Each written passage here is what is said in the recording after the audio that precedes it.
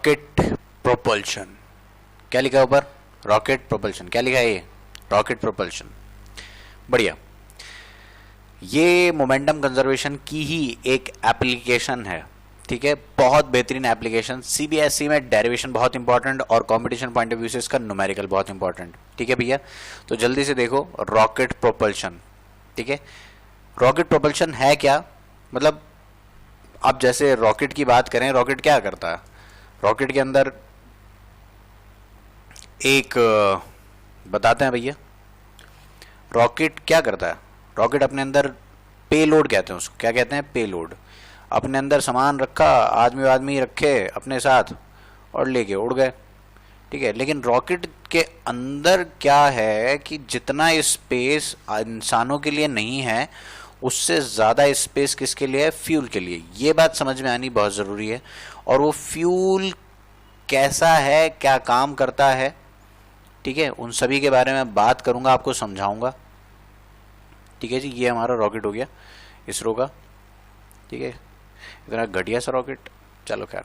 तो इसके अंदर फ्यूल होता है भैया, बेसिकली बहुत फ्यूल होता है, गैसेस होती हैं बड़ी हाई क्वालिटी की, जिनकी कैलोरीफिक वैल्यू जो मतलब जिनकी जो बहुत कैलोरीफिक वैल्यू की होती है, उनको बर्न किया जाता है और यहाँ से गैसेस निकलती हैं पीछे से, ठीक है जी।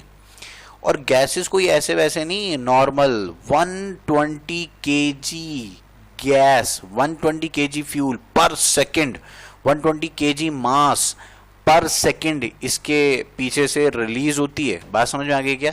मतलब इस रॉकेट में आप देख रहे हो कि 120 केजी पर सेकंड गैस पीछे से निकल रही हैं, तब जाके ये रॉकेट ऊपर जाएगा। बात समझ में आई क्या? तो इस रॉकेट में 120 केजी और इससे ज्यादा, अगर आपको और ज्यादा स्पीड चाहिए तो इससे ज्यादा स्पीड से ऊपर जाती है। तो खैर समझते हैं कॉन्सेप्ट को। तो रॉकेट प्रोपल्शन की बातें चल रही हैं। किसकी बातें चल रही हैं? रॉकेट प्रोपल्शन की। प्रिंसिपल कहाँ छुपा है? वो है वेरिएबल मास कॉन्सेप्ट। हमने जिस दिन फोर्स का फॉर्मूला पढ़ा था तो क्या पढ़ा था? dp/dt। जब मास्टर ने p को रख दिया m इंटू वी, हमने इसको भी डिफ्रेंशिएट कर डाला। और डिफ्रेंशिएट कैसे कर डाला? Mass into dv/dt plus v dm/dt। तो ध्यान से सुनना, ये जो v dm/dt है, ये मास के वेरी करने से फोर्स, ये भी फोर्स है, ये भी फोर्स है। आप समझना इस बात को, ये भी फोर्स है और ये भी फोर्स है। तो ध्यान से सुनो कि मास इंटू dv/dt, ये तो आप सब जानते हो कि मास इंटू एक्सेलरेशन है, लेकिन वेलोसिटी इंटू dm/dt ये भी एक फोर्स है भैया, ये भी एक फोर्स है। तो फोर्स और ड्यू टू वेरिएबल मास, फोर्स ड्यू टू वेरिएबल मास। तो ध्यान से सुनो सर, ये कहाँ देखने के लिए मिलती है? मैंने कहा मैं बताता हूँ आपको कहाँ देखने के लिए मिलती है। जैसे कि आपने कभी देखा हो रेते की ट्रॉली जा रही है। क्या जा रही जी? रेत की भरी हुई ट्रॉली, ठीक है। तो आपने देखा कि रेत की भरी हुई ट्रॉली है। और ट्रैक्टर की अगर हम बात करें, ट्रैक्टर कैसा होता है? ऐसा बड़ा सा पहिया होता है और जी ऐसे छोटा सा पहिया, और यहाँ पे बैठा है हमारा आदमी, ठीक है, ठीक है। तो ये जा रहा है आदमी ट्रैक्टर में, रेत भरा हुआ है ऊपर तक। अब इस रेत में से आपने देखा होगा कि पीछे से पानी बूंद बूंद करके टपकती रहती है। समझ में आया? कहीं पे थोड़ा रेता भी गिरता रहता है। तो ध्यान से सुनो, जो ये हो रहा है ना, ये तो पर सेकंड उस सिस्टम में से कुछ मास पीछे छूटता जा रहा है। पर सेकंड उस सिस्टम में से कोई मास पीछे छूटता जा रहा है। तो मास वेरिएबल है, आप इतनी बात को समझो, ठीक है। तो जो ये डीएम है, ये है नॉन जीरो। अगर मास कांस्टेंट होता, अगर क्या होता? मास कांस्टेंट होता तो dm/dt क्या हो जाता? जीरो। अगर मास कांस्टेंट होता तब की बात कह रहा हूं, लेकिन मास अभी कांस्टेंट नहीं है, मास अभी कांस्टेंट नहीं है। तो v dm/dt भी एक फोर्स के जैसे बिहेव करेगी। आज इसी का रोल है, समझ में आया? तो बहुत ध्यान से सुनो, ये वेरिएबल मास कॉन्सेप्ट है। कौन सा कॉन्सेप्ट है जी? वेरिएबल मास कॉन्सेप्ट।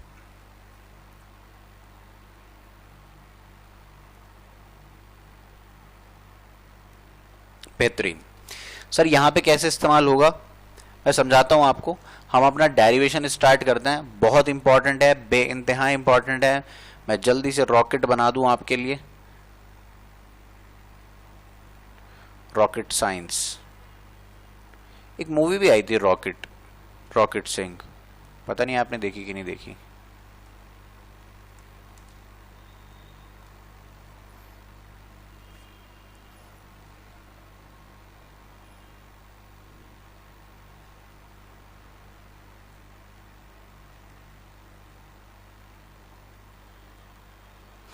ठीक है जी, ये रॉकेट हो गया हमारा। अब रॉकेट के अंदर कुछ हैं बातें, समझो ध्यान से। पहले तो हो गया एम आर, ये कौन हो गया, मास ऑफ रॉकेट। भैया मैं इसी रॉकेट को बार बार यूज करता रहूंगा, आप ध्यान से सुन लो। एक तो यहाँ पे मास ऑफ रॉकेट है और एक है मास ऑफ फ्यूल।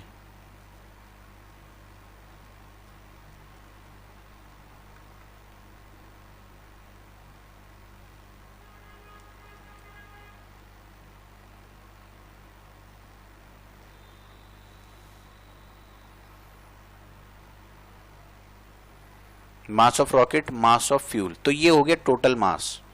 ठीक है जी, ये क्या हो गया, टोटल मास। आप मान लो कि ये पूरा क्या है, एम नॉट है। Mass of rocket plus mass of fuel is equals to m naught. हमने ऐसा मान लिया कि मास ऑफ रॉकेट और मास ऑफ फ्यूल। ठीक है जी, ये इनिशियल है। ठीक है, और मैं एक बात बोल रहा हूं आपको कि फिलहाल मेरे कहने से आप यहां पे ये लिख लो कि ये वी नॉट वेलोसिटी है। क्या है जी, ये वी नॉट वेलोसिटी। ध्यान से सुनो, ध्यान से सुनो, ध्यान से सुनो। बच्चे कहते हैं कि सर अभी तक तो आग लगाई नहीं इसमें, तो कैसे वेलोसिटी आप बोल सकते हो। तो मैं कह रहा हूं कि वी नॉट को हम बाद में जीरो पुट कर देंगे, क्यों प्रॉब्लम ले रहे हो। ठीक है, तो वी नॉट को क्या पुट कर देंगे, जीरो पुट कर देंगे, बिल्कुल भी परेशान होने की बात नहीं है। ठीक है जी, तो आगे की बात सुनो आप।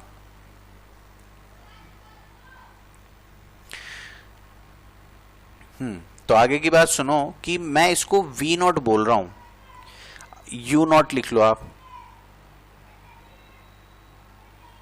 यू नॉट, मान लो कि ये यू नॉट स्पीड से जा रहा है, अभी आग नहीं लगाई, तब भी मान लो, मेरे कहने से मान लो, please please please please please please मान लो। ठीक है, इनिशियल वेलोसिटी आपने क्या मान ली, यू नॉट। अब सुनना भैया, अभी मैं क्या करूंगा कि मैं इस रॉकेट को दोबारा बना के, अब हमने कहा कि किसी टाइम टी पर, किसी टाइम टी पर रॉकेट की वेलोसिटी v है एट टाइम t। हमने देख लिया कि किसी टाइम t पर रॉकेट की जो वेलोसिटी है, रॉकेट की जो velocity at time t,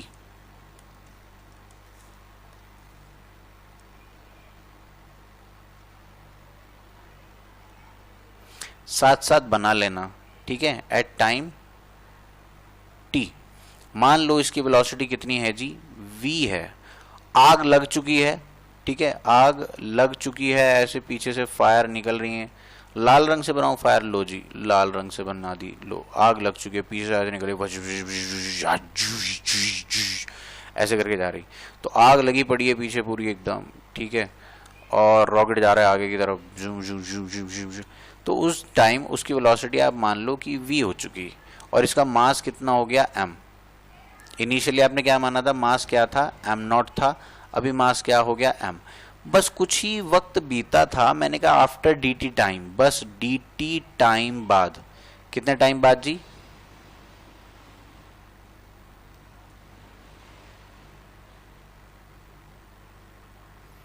after dt time. ठीक है, तो टाइम अब क्या हो चुका होगा, at t plus d t, at t plus d t. ध्यान से सुनना, मुझे इस रॉकेट की जरूरत दोबारा पड़ेगी।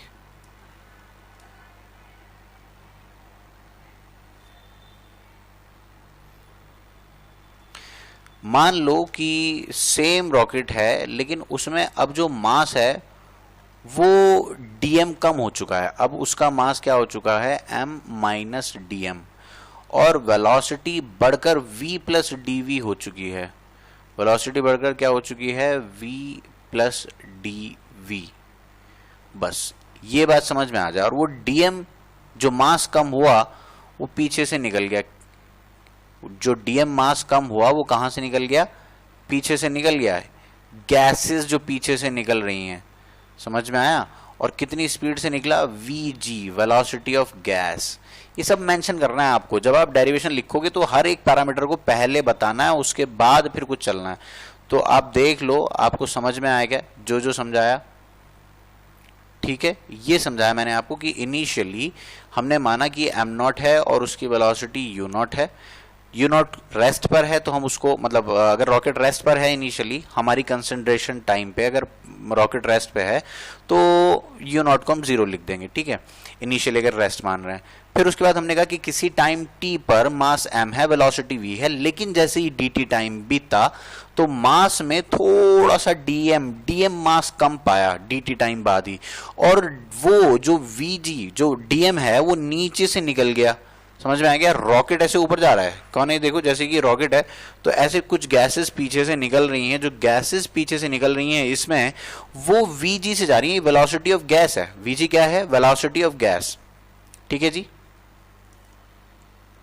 लिख लेते हैं ये बातें, और सब मेंशन करना पड़ेगा, मेंशन तो करना पड़ेगा कि vg कौन है, dm क्या है जो पीछे से निकला, ठीक है? इन सभी बातों को नेक्स्ट पेज पे लिख दूं मैं। dm को लिखना है, vg को लिखना है। तो dm कौन है? Small amount of gas released in dt time या exhausted in dt time, a small amount of gas या small mass of a gas, ठीक है? infinitely small। और vg क्या है? velocity of gases exhausting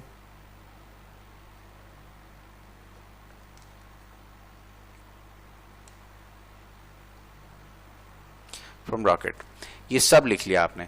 अब एक बात बताओ कि जो हम अभी पीछे देख कर आए हैं, यहां पर जब इन दोनों में कंपैरिजन करो, क्या मोमेंटम कंजर्व होगा? कोई और एक्सटर्नल फोर्स तो है नहीं, आपको mg लग रही है। क्या लग रही है?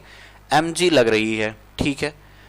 सिस्टम की बात कर रहा हूं मैं। इस सिस्टम में जितनी कोई और एक्सटर्नल फोर्स तो नहीं है ना, ये फ्री टू मूव है, अपने ही फोर्स लगा के खुद आगे जा रहा है। तो ये एक सिस्टम है रॉकेट, इसे कोई और एक्सटर्नल फोर्स नहीं, वो अपने आप को खुद ही फोर्स लगा रहा है। बात समझ में आ गई क्या?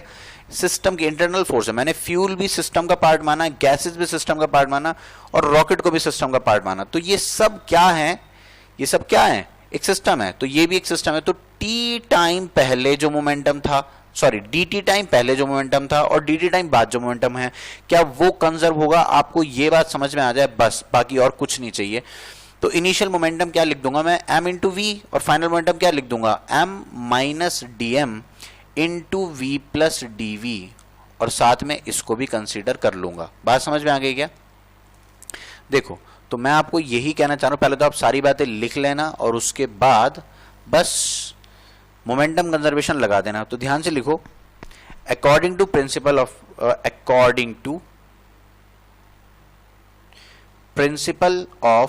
Conservation of linear momentum, principle of conservation of linear momentum. मेरी बात समझ में आई क्या?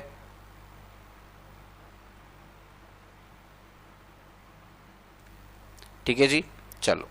तो according to principle of conservation of linear momentum हम क्या समझाना चाहते हैं आपको कि अगर सिस्टम पर कोई एक्सटर्नल फोर्स ना हो तो मोमेंटम कंजर्व रहता है। बात समझ में आ गई? द लीनियर मोमेंटम लिख रहा हूं मैं यहां पे, according to principle of conservation of linear momentum,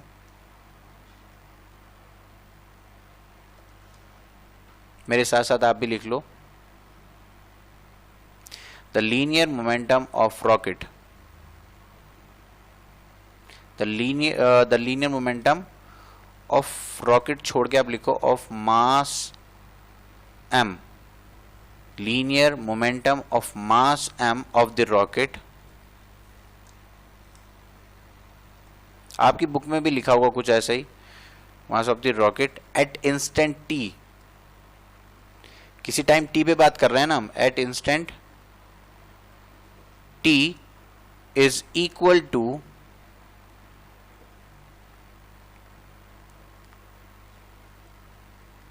is equal to vector sum of linear momentum is equal to vector sum of linear momentum of rocket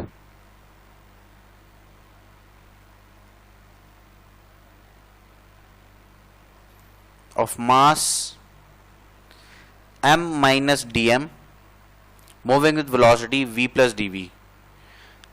समझ में आया? And linear momentum of mass D, मतलब ये कहना चाह रहा है कि इनिशियल मोमेंटम जो है, जो किसी टाइम टी पर जो मोमेंटम है, is equal to the vector sum of linear momentum of rocket of mass m minus d m, उसका मास जो कम हो गया, and momentum of mass of gases exhaust dm mass of gases exhaust। समझ में आई बात आपको? तो वो ये कहना चाह रहा है कि जो t पे मोमेंटम है वो जो कि कितना है, मास इनटू वेलोसिटी, और आफ्टर dt टाइम कितना है, m minus dm into v plus dv। बाबा जो वेलोसिटी है वो क्या है, v प्लस dv, और मास क्या है, m माइनस dm। लेकिन बात यहां पे रुकती नहीं, कुछ और भी है वहां पर। आप कहो कि dm मास है और वो कितनी इससे जा रहा है, vg से जा रहा है। कितने से जा रहा है, vg से। कितने से जा रहा है, vg। सर आपने माइनस क्यों लगाया? मैंने माइनस इसलिए लगाया भाई क्योंकि वो नीचे की डायरेक्शन में जा रहा है और रॉकेट ऊपर की डायरेक्शन में जा रहा है। बात समझ में आ गई कि रॉकेट जा रहा है ऊपर की डायरेक्शन में और गैसें जा रही है नीचे की डायरेक्शन में, तो इसका मोमेंटम नेगेटिव लिखेंगे, हमने डायरेक्शन मान रखी है, और ऊपर वाले का डायरेक्शन हम प्लस के साथ लिखेंगे। बात समझ में आ गई क्या? तो यहां पर इतनी बात समझ में आई है आपको। अब इसी को थोड़ा सा एक्सपेंड करते हैं, इसी इक्वेशन को उठाकर नेक्स्ट पेज पर चल लेते हैं।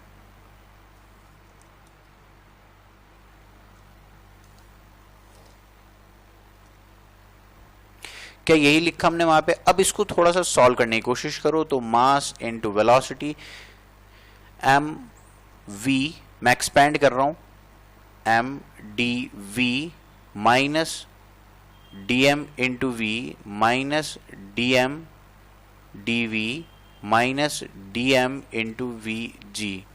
तो यहां ध्यान से देखो, क्या ये एक दूसरे से कैंसिल हो जाएंगे? तो अब एक काम करो कि मास इंटू डीवी, और एक और बात, मैं इसको नेग्लेक्ट करना चाहता हूं। किसको नेग्लेक्ट करना चाहता हूं? इसको। वाई? क्योंकि डीएम और डीवी दोनों ही बहुत छोटे हैं और उनका प्रोडक्ट और भी छोटा हो जाएगा। बात समझ में आ गई क्या? ठीक है जी। Dm into dv is very small। भैया आप इन वीडियोस को अच्छी खासी रेजोल्यूशन पर भी देख सकते हैं, ये बहुत ही कम साइज के होते हैं। अगर आपने इसको 480p पर भी देखा तो मुश्किल से आपकी 150 और 200 MB जाएंगी, मुश्किल से। अगर 480 पर भी देखा तो आप इनको आराम से हाई रेजोल्यूशन पे देखो, ये बहुत कम की होती हैं, हार्डली 150 MB की ही होती हैं। ठीक है जी, चलो ध्यान से सुनो। तो यहां पर क्या बच गया, एम डी वी, और मतलब मैं चाहता हूं आप डीएम वाले एक तरफ रख लो और डीवी वाले एक तरफ रख लो, मैं ये चाहता हूं। ठीक है जी, तो आप कोई नहीं लिख लो एक बार। एम डी वी लिख लिया माइनस डी एम वी लिख लिया जी। ठीक है, और उसके बाद क्या बचा, इसको तो हमने क्या कर दिया, ये जीरो है, नेगलेक्ट कर दिया, और minus d m into v g लिख दिया जी। ठीक है, तो ध्यान से सुनो, एम डी वी तो एक साइड रहने दो और बाकी दोनों को एक तरफ ले जाओ।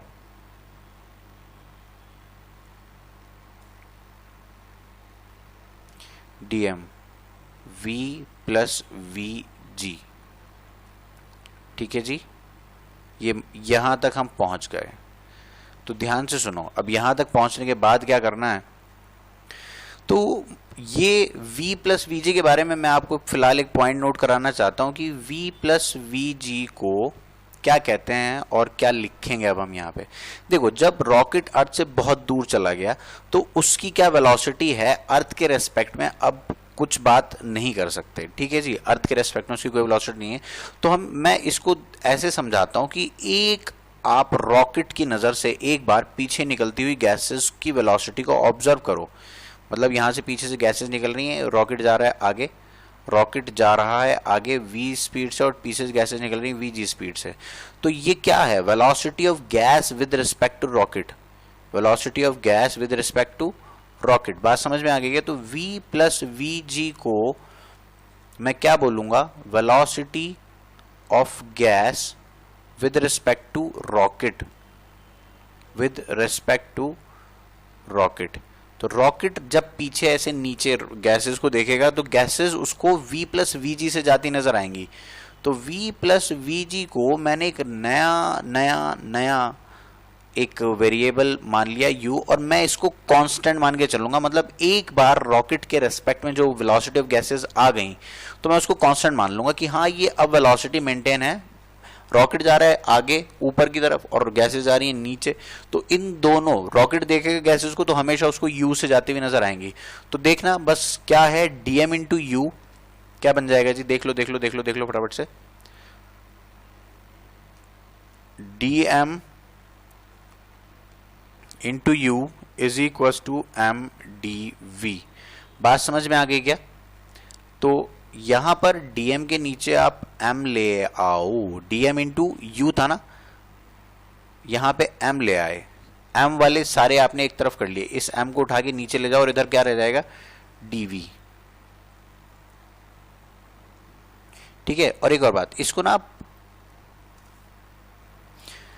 माइनस के साथ कंसीडर करो क्योंकि उसको नीचे की तरफ जाते हुए नजर आ रही हैं, नीचे की तरफ। तो ये क्या है, माइनस। समझ में आया क्या सर, ये ऐसे क्यों किया। मैंने कहा भैया नीचे वाली डायरेक्शन को मैं नेगेटिव लेके चलता हूं, ऊपर वाली डायरेक्शन को मैं पॉजिटिव लेके चलता हूं। अगर मैं ऊपर जा रहा हूं और मुझे नीचे की तरफ जाते हुए वेलोसिटीज नजर आ रही हैं तो मैं उसको माइनस के साथ लिखूंगा। किसके साथ लिखूंगा, माइनस के साथ।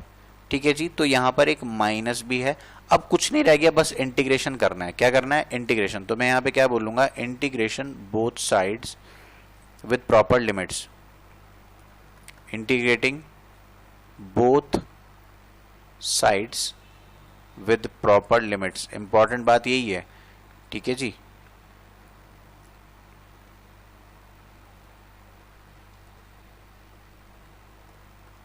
तो लिमिट्स क्या होंगी, ध्यान से देखो। जब मैं इसका इंटीग्रेशन करने जाऊंगा, u तो हमारा कांस्टेंट है, u क्या है हमारा, कांस्टेंट है।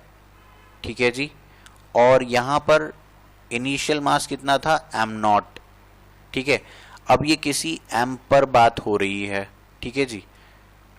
एक मिनट, अभी समझाता हूं मैं आपको। u आपका कांस्टेंट है और इधर कौन लिखा है आपका, dv।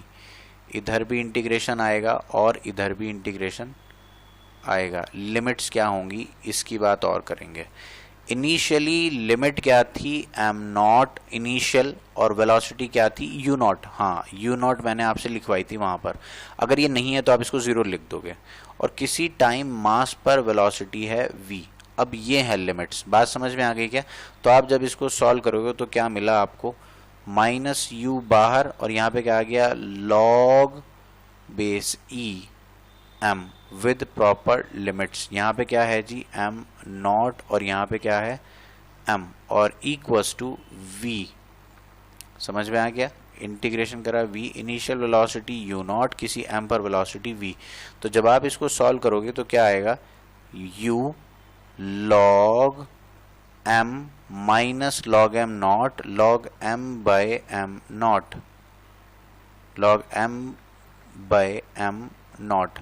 सर ये समझ में नहीं आया। मैंने कहा भैया ये log की प्रॉपर्टी है, आप चाहे पहले ऐसे लिखो उसके बाद वहां तक चले जाना। और यहां पर क्या है, v माइनस u0।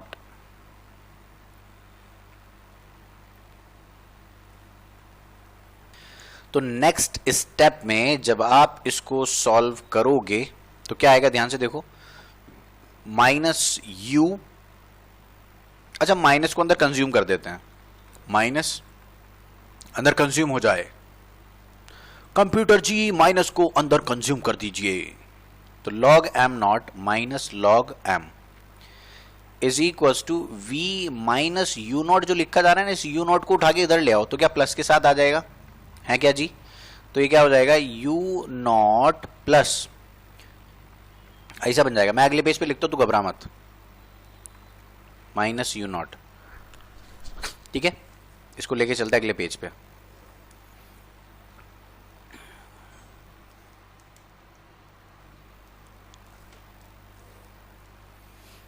ठीक है, तो ये आ गया भैया, ओ ब्रैकेट कहाँ रह गया भाई, ब्रैकेट भी तो है, ठीक है, तो अब ये क्या हो जाएगा, u not plus you log m not, देखो अब यहाँ पे कुछ तगड़ी बात होने वाली है भैया, होश संभाल के, मैं ऐसा लिख दूं, ठीक है जी, अभी आगे v लिख दूं, लेकिन ये लिखने से पहले मैं आपको एक बात बताऊं कि log a minus log b, log a minus log b को आप ये लिख सकते हो log of a divided by b, समझ में आया? तो ध्यान से सुनो, यहां पर मैं इसको इरेज करके क्या लिख दूंगा,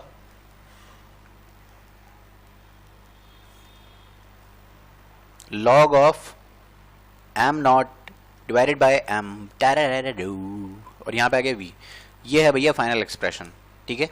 m नॉट कौन था, आपको याद होगा, m नॉट कौन था, इनिशियल मास ऑफ रॉकेट, तो किसी मास m पर क्या वेलोसिटी होगी, किसी m मास पर, किसी टाइम t पर अब मास m है और उस वक्त क्या वेलोसिटी है, हम यहां से बता सकते हैं बहुत आराम से, तो आप इसको नोट कर लो भैया, ठीक है। अगर इनिशियल वेलोसिटी नहीं दे रखी तो आप u नॉट को 0 लिख दो, कोई दिक्कत परेशानी की बात नहीं है, ठीक है, आपको ये समझ में आना चाहिए, लो मैं लिख ही देता हूं, if u naught is equal to 0, initially आपने रेस्ट पर मान रखा है, तो क्या बन जाएगा, u, जो कि u क्या है, exhaust speed of gases with respect to rocket, log m naught divided by m,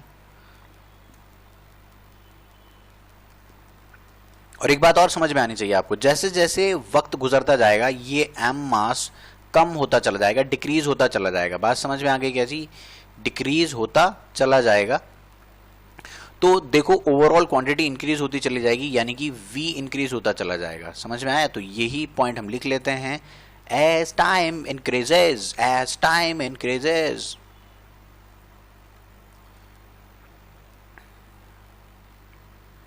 as time increases m decreases, v increases। बहुत बातें हो गई, बहुत बातें हो गई, बहुत ही बातें हो गई, ठीक है, तो ये थी वेलोसिटी, ठीक है, velocity of rocket at time t, और you can say at time where mass of rocket at time when mass of rocket is m। अब एक और कॉन्सेप्ट हमने सीखना है, यहीं से सीखेंगे, ठीक है, burnout speed, what do you mean by burnout speed, अभी देखते हैं भैया बर्नआउट स्पीड क्या है।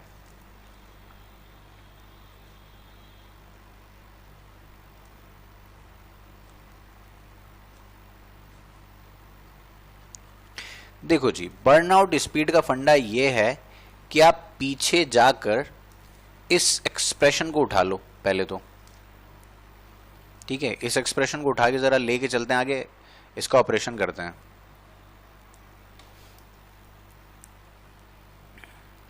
बर्नआउट स्पीड से आपको यह समझ में आना चाहिए कि जब रॉकेट का सारा मास जल के खत्म हो जाए, जब रॉकेट का सारा मास जलकर खत्म हो जाए, उस वक्त रॉकेट की स्पीड क्या है, उसे कहेंगे हम बर्नआउट स्पीड, जिसको हम रिप्रेजेंट करते हैं VB से। बात समझ में आ गई जी, बर्नआउट स्पीड, बहुत बेहतरीन, कोई बड़ी बात नहीं है। तो मतलब मैंने आपको इनिशियली एक बात बताई थी कि m नॉट क्या है, mass of rocket plus mass of fuel, तो मास ऑफ फ्यूल क्या हो जाएगा, 0, ठीक है, किसी टाइम t पर, जब सारा मास खत्म, सारा रॉकेट का फ्यूल खत्म हो चुका होगा, तो उस वक्त मास किसके इक्वल हो जाएगा, मास ऑफ रॉकेट की इक्वल, ठीक है, जब सारा फ्यूल कंज्यूम हो गया। तो यहां पर ध्यान से सुनो, VB का एक्सप्रेशन क्या लिख दोगे आप, कोई बड़ी बात नहीं है जी, u not plus u log m naught divided by mass of rocket. समझ में आया? तो ये क्या आ गई, बर्नआउट स्पीड का एक्सप्रेशन। तो लिख लो आप मेरे साथ साथ बर्नआउट स्पीड की डेफिनेशन लिख लो। फिलहाल तो आपको ये समझ में आना चाहिए कि भैया रॉकेट का सारा मास जलकर खत्म हो चुका है, रॉकेट का सारा मास जलकर खत्म हो चुका है। तो अब जो मास बचा है वो सिर्फ और सिर्फ रॉकेट का ही मास है और कोई मास नहीं। तो बर्नआउट स्पीड क्या है, लिख लो आप जल्दी से मेरे साथ साथ। It is the speed of rocket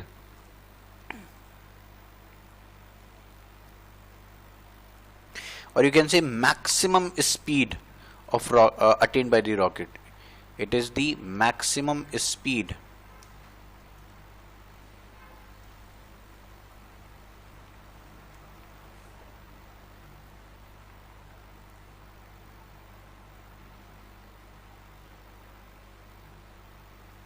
attained by the rocket. और क्या कह सकते हैं, और क्या कह सकते हैं, it is the speed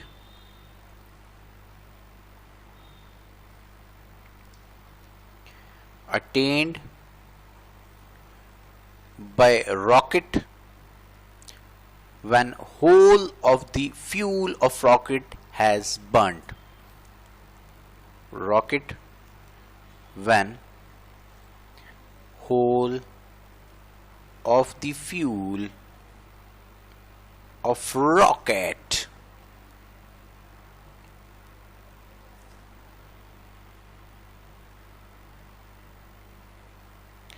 has been burnt.